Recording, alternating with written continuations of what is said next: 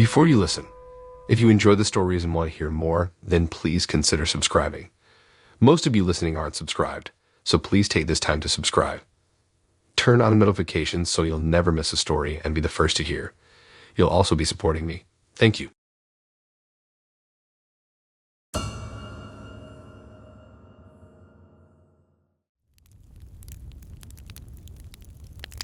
The advertisement on Airbnb made our remote cabin in the woods look so peaceful and idyllic, the perfect couple's getaway. Little did my wife Karen and I know the horrors that would await us upon our return from what was supposed to be a relaxing week-long vacation while our cabin was rented out. As soon as I unlocked the front door, the overpowering stench hit me like a wrecking ball, making me double over and gag. "Oh God, what is that smell?" I heard Karen cry out behind me. It was like nothing we had ever experienced before, a thick, cloying stench of death and decay that permeated every inch of the cabin's interior. We immediately pulled our shirts up over our noses in a futile attempt to filter the rancid air, eyes watering and heads spinning from the noxious fumes. Frantically, we began searching the small cabin for the source of the nightmarish odor, terrified yet morbidly curious about what could possibly smell this awful. The state of the cabin itself was shocking. Mess from emptied food packages littered the floor, every dish was crusted with old food remains, and the sheets on the bed were stained and crumpled. It looked like a pack of rabid animals had stayed here rather than the 5 20-something professionals we had carefully vetted. How could they have left our beloved cabin in such a state of chaos and filth in just 1 week? As I checked under and behind all the furniture, convinced something must have died and decomposed inside the walls, Karen quickly searched the kitchen and bathroom. The stench clung to everything, inescapable and nauseating. I needed some fresh air, so I stepped outside to clear my head. Moments later, I heard Karen's panicked screams pierce the silence of the woods. I sprinted back inside to find her standing rigidly in front of the bathroom, one hand clamped over her mouth in horror. With deep trepidation, I slowly pushed open the bathroom door, only to be hit by a wall of even more pungent air. The small space was a vision of horror. Blood and feces were smeared grotesquely on the walls. The shower curtain rod had been ripped down and lay broken on the floor. I wanted to run to unsee the nightmarish scene, but I needed to be strong for my wife. Karen was sobbing now, one hand on my arm as if needing something to steady herself. Neither of us could stand to be in that putrid bathroom a second longer. Slamming the door shut offered little relief. My mind raced as I held Karen, unable to comprehend what had happened here while we were away. We had taken every precaution renting out our beloved cabin. Background checks, identity verification, glowing rental reviews.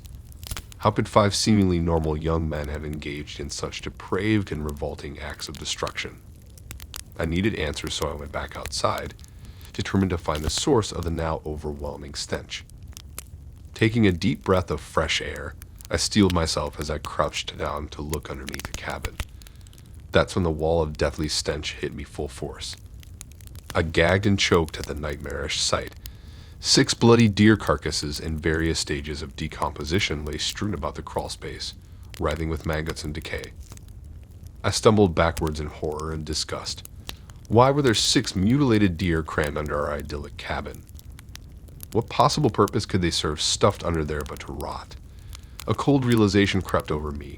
Our renters must have been using our property for some kind of twisted, sadistic hunting sport. I rushed back inside, mind reeling to tell Karen what I had discovered. She sat on the couch, stricken and inconsolable.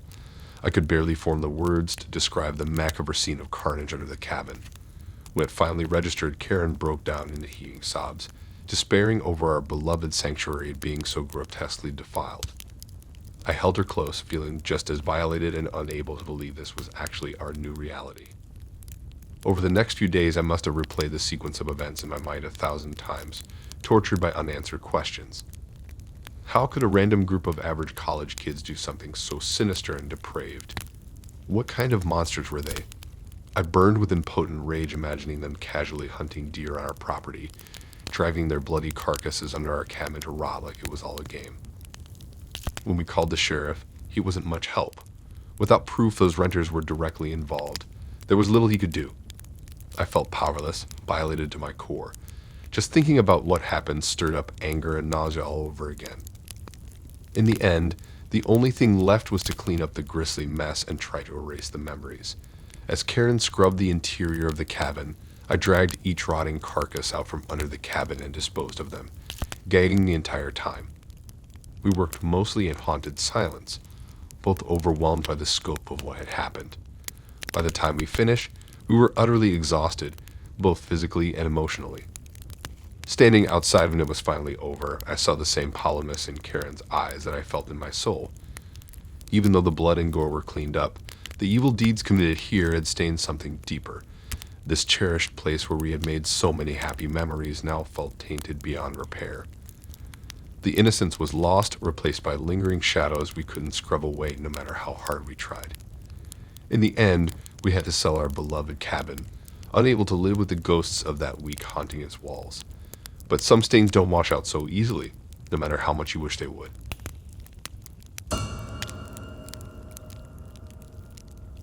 I really stepped in it this time with this absolute horrid experience. There I was, just returned from a heavenly 2-week Caribbean cruise with the missus. We're talking sun, sand, fruity drinks with little umbrellas, the whole 9 yards. After being wrapped up in paradise for so long, the last thing I expected was to come home to a host of unwelcome visitors making themselves at home in my humble abode. But that's exactly what I found once I lugged my overstuffed suitcase through the front door. Now ordinarily coming home to find your house utterly transformed would elicit shock or horror. But in my initial dumbfounded state, my first thought was that I'd walked into the wrong place altogether. The lived-in clutter of family life had been replaced with spare aesthetic tidiness. And instead of my family's worn but comfy furniture, the couch and chairs were some sort of sleek mid-century modern. Definitely not my taste. I wandered down the hall peering into each room, growing more baffled by the second. The kids' rooms were devoid of all personality, their posters gone, beds made up with adult linens. Even the wife's craft room had been emptied, not a scrapbook or loom in sight. Just who would break in and commit such an egregious act of interior decor sabotage? It finally clicked my enter the master bedroom and interrupted a couple who were in various states of undress. Their shocked exclamation quickly shifted to indignation that would barge into their private rented room. Rented room? I demanded answers, and the tale they spun led me to question my own sanity.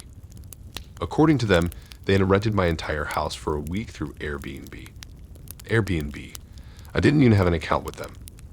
While on the surface it sounded like a preposterous scam, a quick search on my phone confirmed that my home was indeed listed there, pictures and all, at a steal of a rate too. The couple showed me their reservation and insisted they were the rightful tenants. But once I proved home ownership, they became quite contrite. Turns out they were innocent victims in whatever chicanery was at play.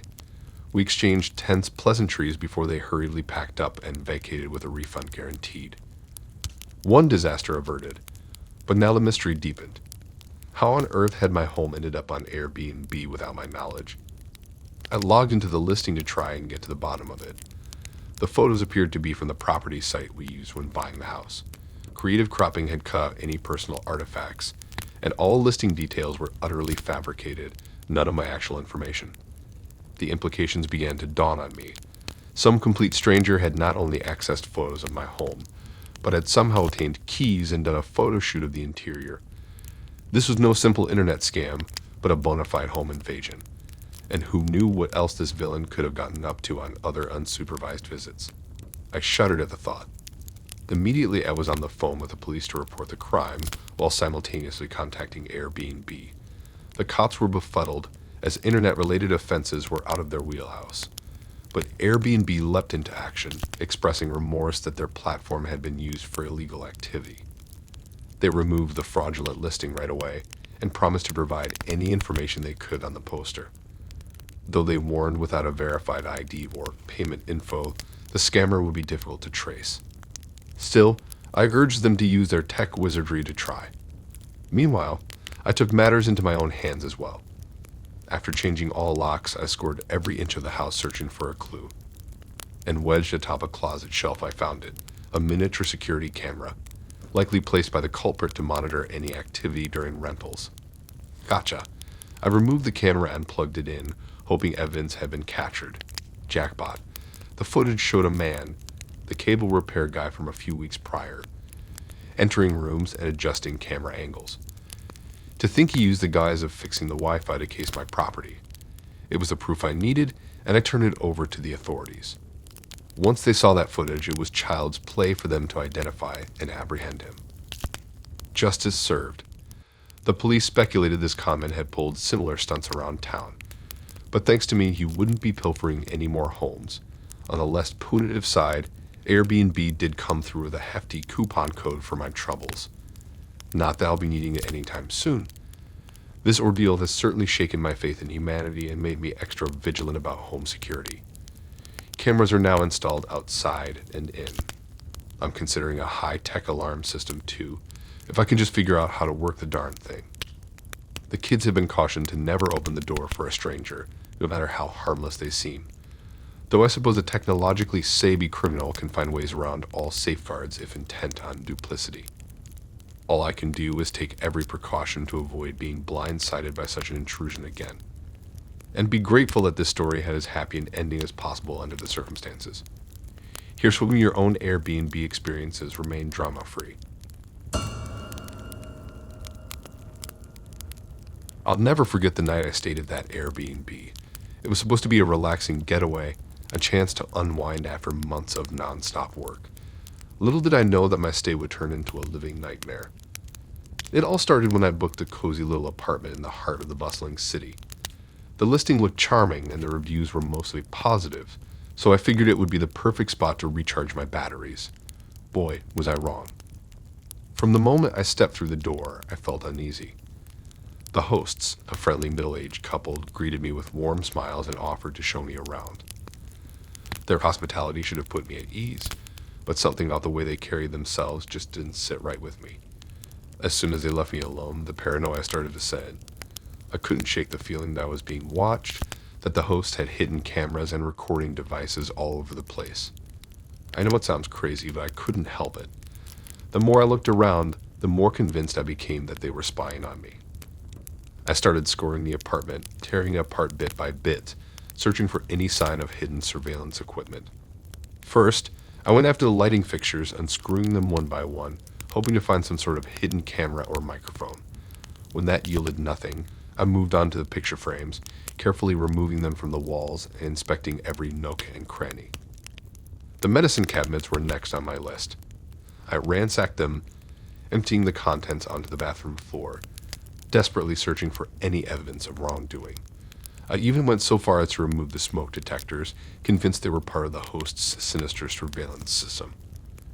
My frenzy continued as I tackled the remote controls, prying them open and ripping out the batteries. The refrigerator magnets were not spared either. I meticulously removed every single one, hiding them away in a drawer, afraid that they too might be concealing some sort of hidden device. The final straw came when I decided to depot the plants, convinced that the pots were concealing hidden cameras. I tore through the soil, scattering the plants and their roots across the living room floor, my heart pounding in my chest. Throughout this whole ordeal, my cell phone had become a source of constant paranoia. I was convinced that the hosts were somehow monitoring me through the device, so I resorted to the most drastic measure, destroying it. I smashed it against the wall, watching the shattered pieces fall to the floor. The once cozy Airbnb had been reduced to a chaotic mess, with personal items strewn everywhere. I collapsed on the couch, exhausted from my frantic search, my mind racing with thoughts of the hosts and their supposed sinister plot. As the hours ticked by, my anxiety only grew. I couldn't bring myself to eat or drink, fearful that the food or beverages had been tampered with. I waited in dread for the hosts to return, dreading the confrontation that was sure to come. When they finally did arrive, they were shocked by the state of their once pristine home. I immediately launched into a tirade, accusing them of hiding cameras and spying on me. The hosts, bewildered and upset, tried to reason with me, but their pleas fell on deaf ears. I refused to back down, and the situation escalated. The police were called, and I was eventually escorted from the Airbnb, still convinced that I had uncovered a sinister plot. I spent the night in a hotel, my mind racing with thoughts of the hosts and their supposed surveillance. The next day, I filed a complaint with Airbnb detailing my harrowing experience. I demanded a full refund and threatened legal action, insisting that the host had violated my privacy and trust. Airbnb investigated the incident, but ultimately sided with the hosts. They found no evidence of hidden cameras or any wrongdoing on the part of the couple. My claims were deemed unfounded, and I was left to pick up the pieces of my shattered vacation. The ordeal left me deeply scarred, and I vowed never to use Airbnb again. I became increasingly paranoid, convinced that I was being watched and monitored everywhere I went. My once successful career began to suffer as my obsession with surveillance consumed me. I've replayed that night in the Airbnb over and over again in my mind, trying to make sense of what happened. Was I really just being paranoid, or was there something more sinister going on? The hosts seemed so genuinely perplexed by my behavior, but part of me can't help but wonder if they were simply too good at covering their tracks. Whatever the truth may be, the Airbnb horror that unfolded that night will forever haunt me. It's a cautionary tale, a stark reminder that sometimes our own fears and anxieties can be the greatest threat to our well-being. The demons that resided within my own mind were the ones that truly terrorized me that night. As for the hosts, I can only imagine the aftermath they had to deal with. Their once peaceful home had been reduced to shambles, and their trust in Airbnb guests was forever shaken. I wonder if they ever recovered from the trauma of that night, or if they too were left scarred by the experience. In the end, the Airbnb horror story that unfolded was not the result of any supernatural or sinister forces, but rather the product of my own overactive imagination. It's a chilling reminder that sometimes the scariest things we face are the ones we create for ourselves, and that's a lesson I'll never forget.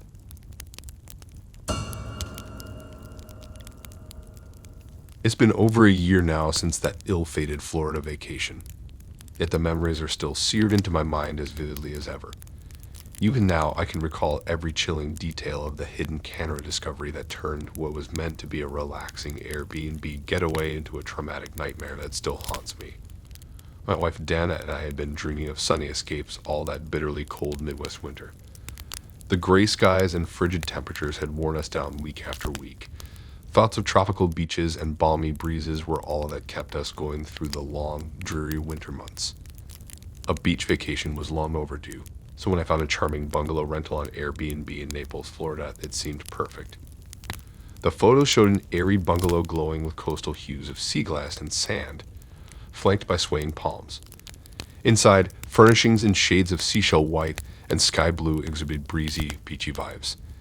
The listing boasted proximity to both the beach and Naples' famous shopping district. We wouldn't hesitate to book it, I decided. This would be our long-awaited paradise.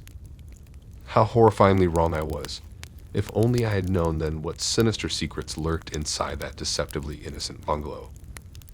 We arrived at the bungalow right on schedule at sunny March afternoon, welcomed by Jason and Samantha, the polite couple who owned the place.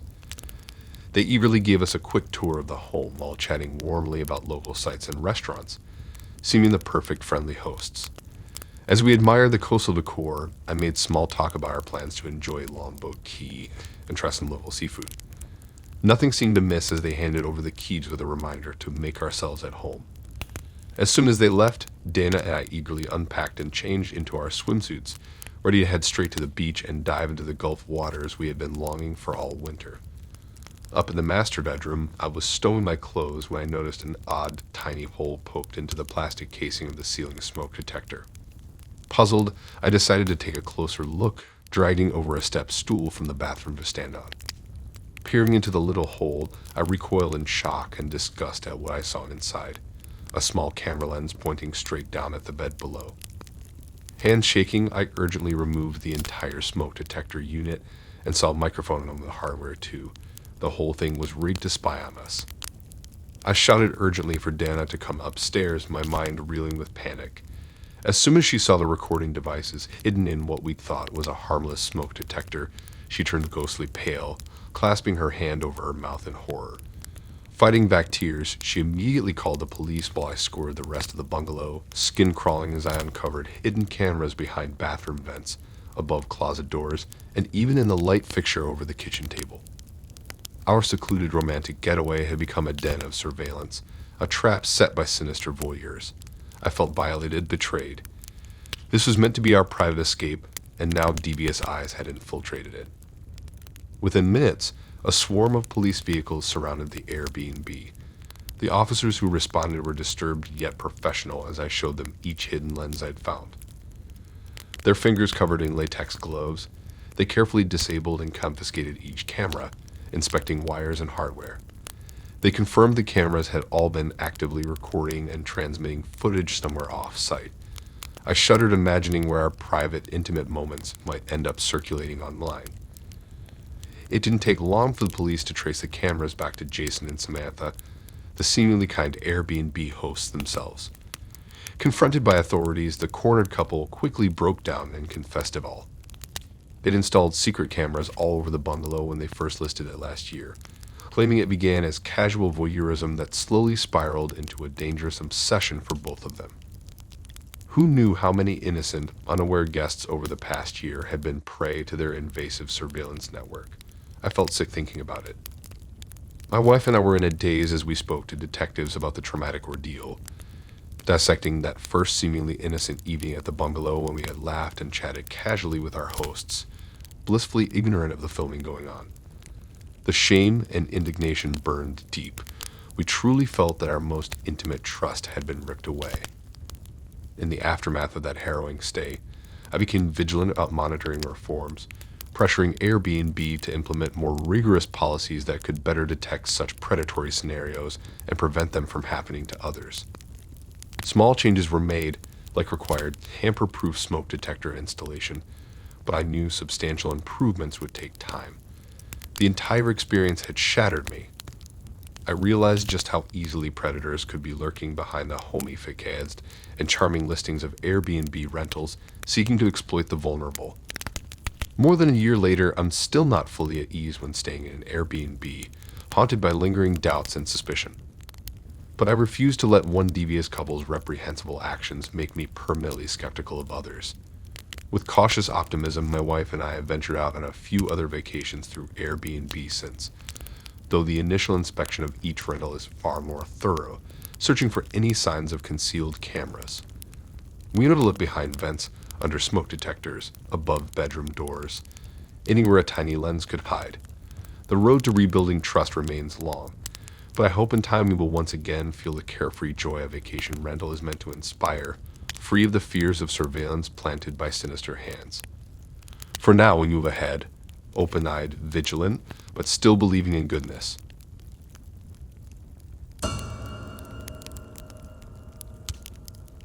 I had just purchased my first home, a cute little 1920s bungalow in a quiet neighborhood on the outskirts of town. It was small but charming, with original hardwood floors, built-in shelving, and a cozy brick fireplace. The 2 tiny bedrooms and 1 bathroom were plenty big enough for me. And the kitchen, while compact, had been recently updated with granite countertops and stainless steel appliances that I absolutely loved cooking in. The backyard was also a major selling point, just large enough for a patio set and mini herb garden. This house was my very first taste of homeownership. I was thrilled to finally have a space to call my own after years of cramped apartments. I spent a couple months happily settling into the place, decorating each room and making minor repairs here and there, but soon fall rolled around and I was itching to take a trip I'd been planning forever. 2 whole weeks exploring Europe. I heard great things from friends about Airbnb as a way to offset travel costs. Though I was hesitant to open my precious new home to complete strangers, the website promised thorough vetting and background checks, so I convinced myself it would be fine. I connected with a potential renter named Todd who said he needed a place in town for his family to stay while visiting relatives. He had stellar reviews from previous hosts, and we chatted several times over the phone so I could get a feel for him and his family. Everything checked out, so I agreed to host them. The day before my trip, Todd arrived with his wife, 2 young kids, and a dog. They seemed totally normal, friendly, tidy, telling me it was their first time using Airbnb as well. I gave them a quick tour of the house, handed off my spare keys, and left the next morning for Europe, at ease knowing my home was in good hands. About a week into my trip, I woke up to panicked missed calls and texts from my next-door neighbor, Jeanine. She left voicemails rambling about strange cars pulling up to my house at odd hours, scantily clad women and wandering in and out, obvious signs of some illegal activity happening there. I tried to call her back right away to sort out what was going on, but couldn't reach her. Over the next few days, other neighbors contacted me with similar disturbing reports about the non-stop sketchy scene unfolding in my house. They said it had been utterly transformed into a buzzing brothel operation overnight, with no regard for the quiet suburban block I lived on. I was in shock and total denial at first, but the descriptions were all too consistent to simply dismiss. I frantically tried reaching Todd and his family, but never got an answer. That's when I knew without a doubt something very bad was happening back home. From overseas, I contacted the local police, explained the alarming situation, and begged them to investigate immediately. They dispatched officers right away, promising to get to the bottom of it. An hour later, I received another call from the police chief, and boy, did he have news for me. The wholesome family I'd rented to was 100% fake. My beloved bungalow had been completely turned into an illegal brothel, set up with makeshift bedrooms, a steady stream of women providing services, the whole illicit operation. I was absolutely horrified and disgusted to learn my quiet home had become a den of debauchery without my consent. The police raided and shut down the criminal activity swiftly, but I knew the damage was already done. After 2 excruciating weeks of waiting, I finally returned home, racing urgently to survey the havoc. The moment I opened the front door, I was hit with the overpowering stench of stale cigarettes, cheap perfume, and other unidentifiable odors. Trash and crumpled linens were strewn everywhere, and there were questionable stains in visible places no amount of scrubbing would remove. I walked numbly from room to room in utter disbelief that my precious space had been so crudely violated and transformed. A feeling of disgust and anger washed over me thinking about the depraved acts that had taken place on every surface against my will. This was no longer the welcoming, wholesome home I had left just weeks earlier. I felt completely shaken knowing my personal sanctuary had been tainted and hijacked into something so vile and sleazy. The police reassured me the illegal operation was shut down for good, but that offered little comfort or consolation. I kept envisioning the parade of unknown, unwelcome bodies that had passed through, doing God knows what in the most private spaces of my home. No amount of disinfecting could wipe those images from my mind. To make matters exponentially worse, later that very night I had strange men aggressively knocking at my front door, still expecting access to the defunct brothel's services. No matter how many times I angrily explained the situation, these creeps kept harassing me, clearly not convinced the pop-up house of ill repute was really closed. For days on end, I had to deal with unwelcome visitors making lewd comments, and assuming I was lying to keep the women locked away from myself. I was utterly disturbed, and felt unsafe knowing my address was now associated with such sordid business in the eyes of deviant strangers. I hardly slept the entire week, jolting awake hyperventilating whenever a car drove by or branches scraped my window. The anonymous threats and harassment continued until I felt compelled to completely disconnect my doorbell just for a sense of peace. In the end, I made the difficult decision that I could no longer comfortably live in that cute little bungalow anymore. Too many lurid memories haunted its walls, dripping into every crevice. I tried my best to pack up and move past the trauma, but it became painfully clear I would never reclaim the sense of safety and sanctuary I'd once found within those violated rooms. I had the place professionally sanitized top to bottom, repainted inside and out, staged it with fresh decor, and put it on the market. Luckily, it sold quickly, to a lovely older couple who I sadly had to hide the lurid history from. I personally moved to a new neighborhood across town, wanting no lingering ties to the home where such corruption had unfolded. But I'm not sure if I'll ever outrun what happened completely.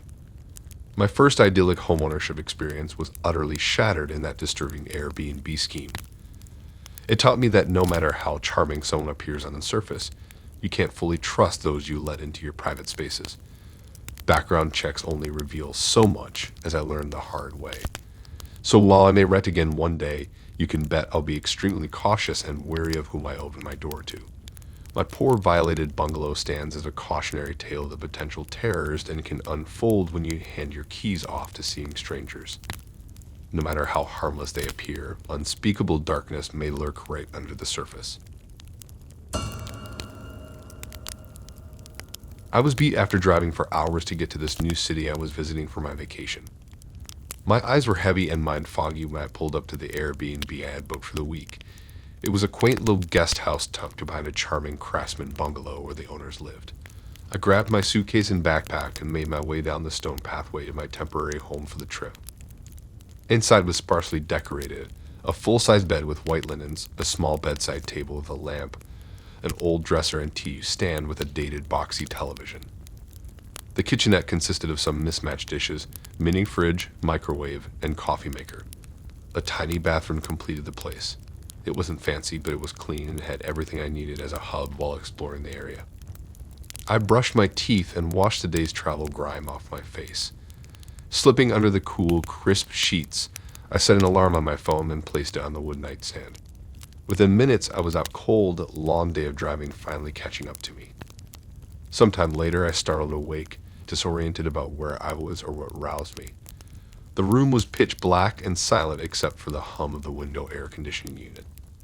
As I gained my bearings, I became aware of a weight pressing into my left side. Still half asleep, I initially assumed I had rolled over onto my arm and created the pressure.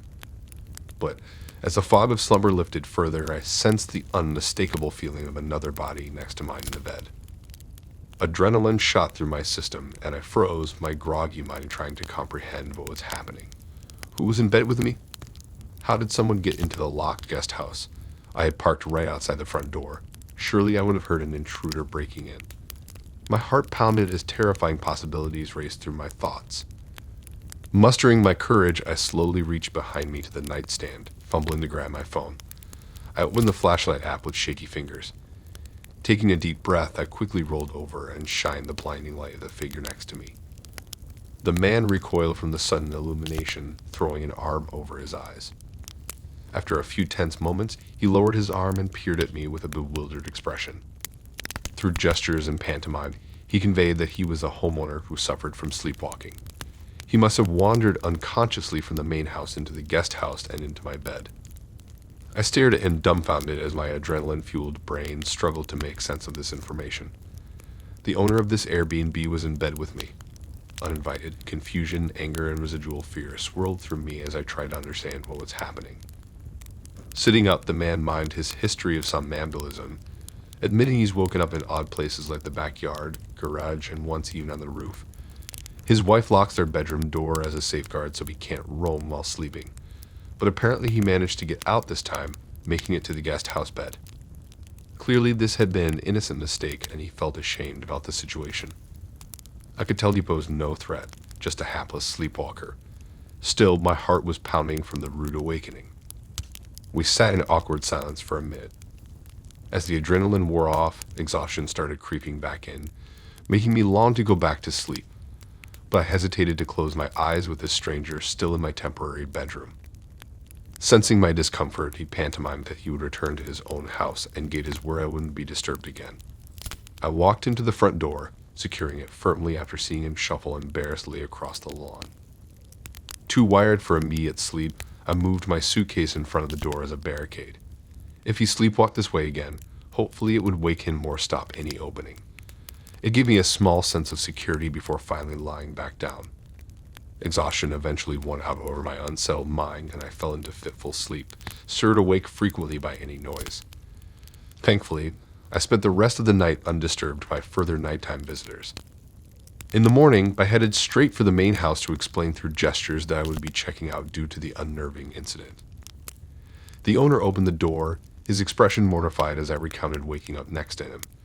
He offered profuse apologies and tried to refund my entire stay, but I declined, conveying that accidents happen. I firmly suggested he warn future guests of his condition to avoid a similar situation. I grabbed some coffee to go before hitting the road, anxious to put distance between me and that troubling Airbnb encounter. The rest of my trip was spent in normal hotel rooms, and I slept peacefully after that single unsettling night. Now I've got one peculiar travel story for when someone asks about my vacation. Just another tale for the books from my adventures staying in strangers' homes and crossing paths with some quirky characters. Looking back, I can laugh about the bizarre circumstance now, but at the time it was truly unnerving. The shock of waking up to an uninvited body in my bed sent my imagination spiraling to frightening scenarios. In retrospect, the homeowner seemed harmless, just an unfortunate sleepwalker. But in that moment of confusion, I didn't know if I was facing a sinister intruder or some completely innocent situation. My instinct was to flee, but I forced myself to face the fear and confront whoever was next to me. Shining the light on that bewildered man was such a relief compared to the possibilities my anxious mind had conjured. Still, his presence felt like such an alarming invasion of privacy. I had booked the whole guest house to myself. Finding the owner in bed with me, even accidentally, crossed some serious personal boundaries. No wonder my nerves were completely rattled afterward. The adrenaline crash left me exhausted, yet too unsettled to fall back to sleep easily. I couldn't relax knowing he could potentially walk in again. Barricading the door provided some illusion of security before I finally succumbed to sheer fatigue. But any little noise jolted me awake, wary of another encounter. By morning, I just wanted distance from the whole unnerving episode. The hotel rooms for the rest of my stay felt like a safe haven in comparison. Looking back now, I can appreciate the humor of stumbling into such a bizarre circumstance on vacation. But in the moment, it was incredibly jarring and anxious. A hilarious tale for me, but likely mortifying for that poor sleepwalking homeowner too. Just another quirky travel encounter chalked up to the unpredictability that comes with Airbnb stays. At least I have an entertaining story, even if it scared me half to death at the time.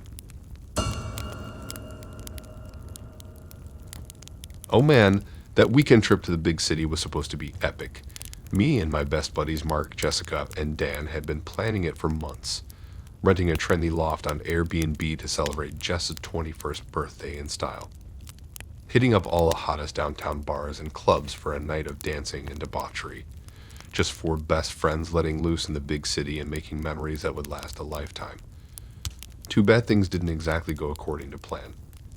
The nightmare started as soon as we rolled up to the Airbnb in Mark's cramped set-in, still giddy with excitement. The pictures online showed an urban oasis.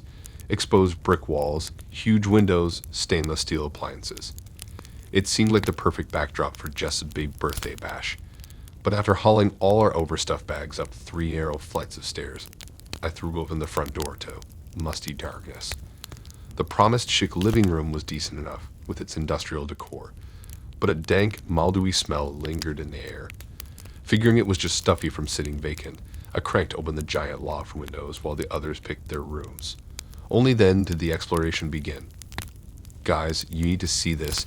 Dan's uneasy voice echoed from the bathroom. We crowded in to find a nightmarish sight. Thick black mold blooming across the ceiling and down the walls above the shower. Creepy and wispy tendrils across the drywall. Jess shrieked in horror, the sound soon dissolving into coughs from the sudden dankness permeating the air. My own lungs seized up as I inhaled the spores, struggling to breathe. Mark flicked on the wheezing exhaust fan, but it barely made a dent in the contamination. We traded panicked looks under the flickering light. What on earth had we just rented? A hurried sweep of the other rooms only brought more red flags. Mattresses so stained and smelly we didn't dare peel back the sheets. Warped hardwood floors squishing under our steps. Windows sealed shut with grime. Worst of all, more mold, covering vents, dripping down walls, leaving every room damp and sticky. The back of my throat burned with each inhale. Mark angrily jabbed at his phone, trying in vain to reach the host as we pondered our limited options. This place is freaking biohazard. No way we can stay here. When the host, Sarah, finally arrived, she seemed infuriatingly oblivious to the extent of the nightmarish conditions. Yeah, I'm still renovating this place. Just open some windows and run the AC, it'll air out. She breezed, futzing with the ancient wall units that could barely sputter a breath. Jess begged Sarah for a refund so we could find another rental, but she waked off the notion. Sorry, strict no refund policy, but I'll send my handyman over to look at it. We felt hopeless, wondering how we'd survive 2 more nights in this toxic abode. After Sarah left, Mark bolted to the hardware store for air testing kits. The lab reports made my eyes water. The spore counts were astronomical. Even Sarah conceded defeat when we showed her the damning results. She agreed to a 50% refund and promised to call professional remediation crews. But the damage was done. No way could we handle another minute inside those contamination chambers. We packed up quickly, booking the first hotel we could find. Pricey, but our health was at stake. That weekend cast a dark cloud over what should have been an amazing celebration. We scrapped our big night out club hopping, too exhausted from the ordeal. Jess sobbed into her grocery store birthday cake, the colorful candles a sad contrast to her mood. My lungs still burned with each breath in that moldy air. Mark scored Airbnb's terms for grounds for a full refund. Dan tried boosting our spirits with dumb jokes, but even he seemed defeated. We kept the festivities minimal, opening gifts on the hotel beds, pizza delivery for dinner, pay-per-view movies on the bland TV. Hardly the blow-up bash we had envisioned. Once home, we unleashed full fury on Sarah, scathing online reviews with photographic evidence of the carnage. Filed reports with Airbnb, the health department, anyone who would listen. Sarah's hazardous listings were swiftly removed. Through the grapevine, we heard she got slapped with violations and hefty fines. Not that it erased our weekend of pain and disappointment, but our persistence paid off. Eventually, Airbnb agreed to refund the full rental amount, plus vouchers for a future stay. A few weekends later, we treated Jessica to a proper makeup celebration. We took her to a fancy rooftop dinner, then bar hopped at the hottest clubs, dancing on tables and accepting free birthday shots from strangers. Stumbling home at sunrise, laughing hysterically, now that's how you ring in 21. Thanks to Sarah's toxic Airbnb of horrors, Jess finally got the epic 21st birthday she deserved. These days, we stick to reputable hotels and listings when traveling. No more mystery apartments with bedbug mattresses and black mold bathrooms. I'll never forget that weekend from hell. It taught me big research lessons when booking stays. But in the end, friendship prevails. We survived the ordeal, gave Jess her blow-up bash, and came away closer than ever. Just another crazy misadventure we'll be laughing about for years. The memories we made redoing her birthday are what matters. When my boyfriend Jack surprised me with a romantic getaway at a cozy cabin in the mountains, I never imagined the weekend would take such a horrifying turn. The Airbnb listing painted a pretty scene, a quaint, rustic cabin nestled in a peaceful pine forest, offering stunning views and serenity. It seemed like the perfect escape from our busy lives in the city, if only I had known then what I know now. The drive up to the cabin should have been my first warning sign that something wasn't right. Jack insisted on keeping the location a surprise, so I hadn't seen the listing or looked at any maps beforehand. As we turned off the main highway onto an increasingly narrow and winding dirt road, I started to feel uneasy. We hadn't passed another car or even seen a house in miles. Pine trees crowded claustrophobically close on both sides, their branches forming a canopy overhead that plunged the road into shadow. "Are you sure this is right?" I asked nervously. Jack just smiled and said we were close. After what felt like an eternity of bumping and jostling down the dirt road, we finally pulled up to the cabin. My sense of foreboding only grew as I took in our accommodations. In the photos online, the cabin had appeared quaintly rustic yet homey. In person, it looked neglected, even eerie. The wood siding was weathered and gray, with peeling paint revealing the warped boards underneath. Shingles were missing from the roof, and the chimney leaned precariously to one side. The windows were darkened with grime. As Jack opened the car door, the hinges let out an ominous creak. "Isn't it great?" he enthused. "So cozy and secluded." I tried to share his optimism, but privately, I thought we might have made a mistake booking this place. Stepping inside, I was hit immediately by a musty, stale odor, like the cabin had been closed up for years. Dust and cobwebs covered every surface. The furniture looked worn and moth-eaten. I ran a finger along the kitchen countertop, leaving a clean streak amidst the thick layer of dirt. "It's just a little dusty from being empty," Jack said. "We'll tidy up in no time." He headed outside to grab our bags while I surveyed our lodgings. Chills ran down my spine, taking it all in. I had a powerful urge to get back in the car and demand Jack drive us far away from this place. But he seemed so excited, I didn't have the heart to disappoint him. By the time Jack finished carrying in our suitcases, the sun was starting to set. The cabin soon descended into darkness, with only weak light leaking in from the dirt-caked windows. With no cell phone service or internet, we truly felt disconnected from the outside world. I wanted to suggest heading into town for dinner, just to get away for a bit, but the sun had already disappeared behind the mountains. Jack managed to get a small fire going in the crumbling fireplace, providing a comforting glow to dispel the gloom. We opened a bottle of wine and tried to make the best of it. Later that night, I was startled awake by the eerie sound of wailing echoing through the pines. It almost sounded human, reminding me of a banshee's cry in an old folk tale. "What is that?" I whispered to Jack, shaking him frantically awake. Bleary-eyed, he stumbled to the window and peered outside. "Probably just some wild animal," he mumbled, already crawling back under the covers. But I couldn't fall back asleep.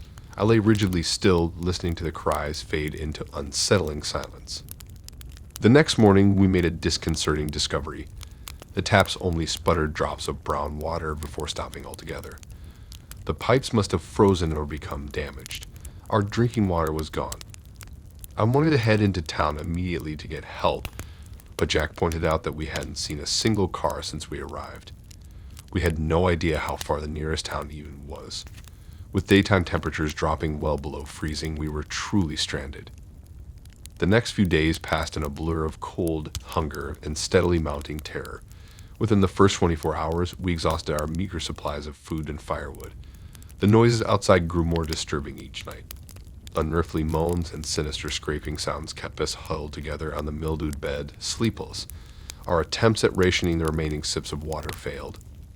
By the third day, both of our throats were parched and raw. Every fiber of my being told me that we needed to get out of this place, or we might not make it. So against Jack's wishes, I insisted we hike out on foot through the woods behind the cabin.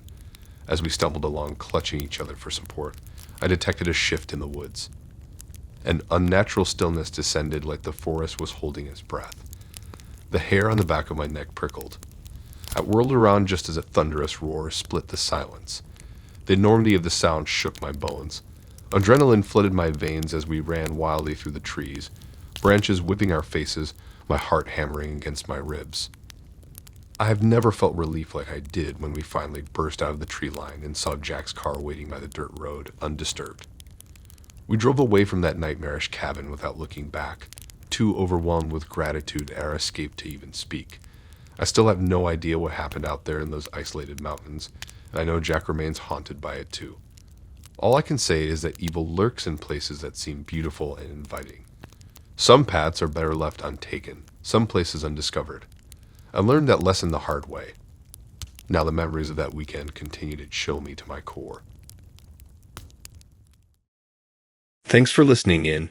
If you like these stories and want to hear more, then please subscribe and like and support this new channel. We have more stories for you to listen to.